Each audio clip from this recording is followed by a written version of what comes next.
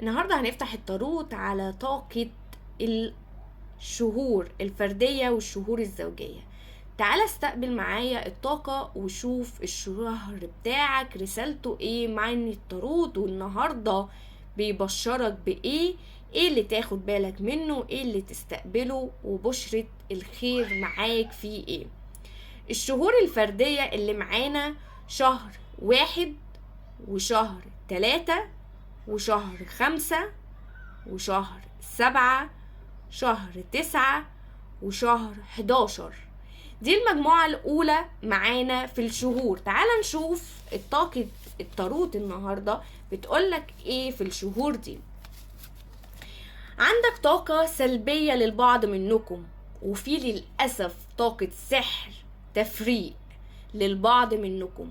في خمول وبطء في أمورك، حاسس ان الأمور بتاعتك ما بتمشيش وعلى طول متأخرة، والبعض عنده توتر في العلاقات وعدم استقرار. عصبية زايدة الفترة دي عندك يا صاحب الشهور الفردية، عندك عصبية على طول زايدة للبعض.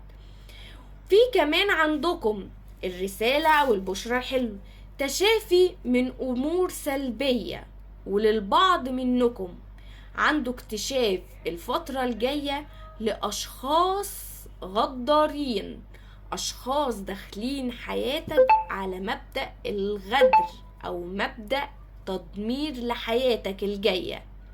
عندك كمان تظبيط للأمور المادية. أنا شايفة إن البعض منكم يا أصحاب الشهور الفردية إن الطرود عندك بيقولك إن في تظبيط للوضع المالي وفي استقرار هتبدأ تشوفه الفترة الجاية على مدار أسبوعين بالظبط. هيبدأ الأحوال بتاعتك تتظبط وهتبدأ كل حاجة تمشي. وعندك كمان رجوع عن الحالة العصبية اللي انت بتعيش فيها، وهتبدأ الأمور بينك وبين الشريك تتصلح برضو في خلال الأسبوعين اللي جايين. خد بالك من الحسد، وخد بالك من الأشخاص اللي بتحاول تبوظ حياتك أو تدمر حياتك. نادي النهاردة يا صاحب الأبراج الفردية، يا الله استقبل الطاقة بنعمة من عندك، يا الله استقبل الطاقة بنعمة من عندك. وتعالوا يا أصحاب الشهور الزوجية نقول رسالتك وبشرتك ايه. المجموعة التانية معانا النهاردة في الشهور الزوجية شهر 2 شهر 4 شهر 6 شهر 8 شهر 10 شهر 12. استقبلوا معايا الرسالة. طيب انا شايفة ان اصحاب الابراج ديت او اصحاب الشهور في الابراج ديت بيعانوا من مشاكل في الوزن الزائد، عندكم معاناة من الوزن الزائد وحاسين ان دي عاملة لكم مشكلة او نحافة. يعني في مشكلة في الجسم، في ناس بتعاني من الوزن الزائد قوي، وفي ناس بتعاني من مشكلة النحافة قوي.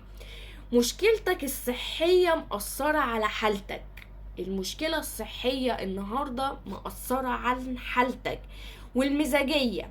وفي عندك ناس روحانية، يعني في ناس بتحس بالحاجة قبل ما بتحصل من اصحاب الشهور الزوجية. عندك الاحساس الروحاني عالي جدا، احتمال تكون بتحلم الايام ديت او بتتخيل الحاجة فبتحصل معاك الحاجة وانت بالظبط متخيلة.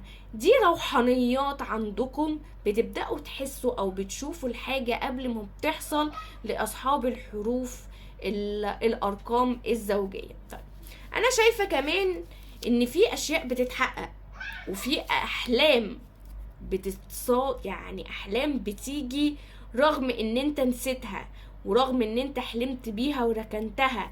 لكن أنا شايفة كمان إن في أحلام بتتشد ليك تاني عشان ترجع تفتكرها تاني وترجع تستقبلها وتتذكر الأحلام اللي أنت كنت بتحلم بيها وسبتها مع الماضي.